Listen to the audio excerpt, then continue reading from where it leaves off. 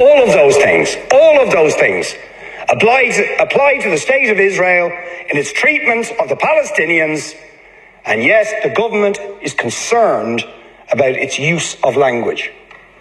and doesn't feel it is appropriate to even use the word apartheid when Amnesty International, the most respected human rights organization in the world, and Human Rights Watch, within a very short period of time, issue these damning reports, saying that Israel, since its foundation, has been built on a system of oppression and domination and apartheid and racism, involving the murder of unarmed, innocent civilians on a regular basis, arbitrary detention and imprisonment, land annexations, the displacement of people, the denial of basic fundamental rights to 6 million Palestinians who are displaced outside Israel and the occupied territories, to the right to their return to their homes, to the illegal blockade of Gaza, which has left, as they say in the report, Gaza in a permanent state of humanitarian crisis, denying people access to food, to water,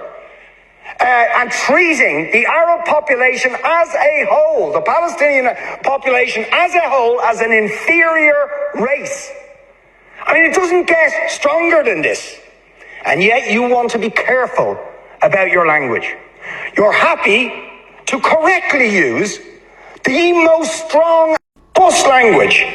to describe the crimes against humanity of Vladimir Putin, but you will not use the same strength of language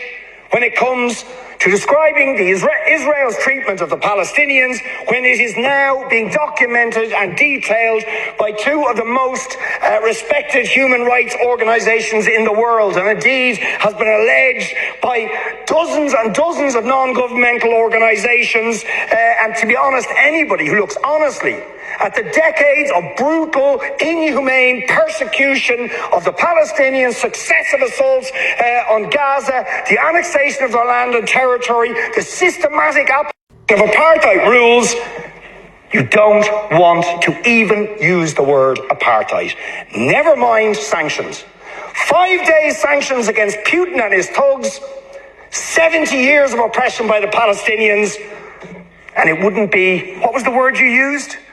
It wouldn't be helpful to impose sanctions.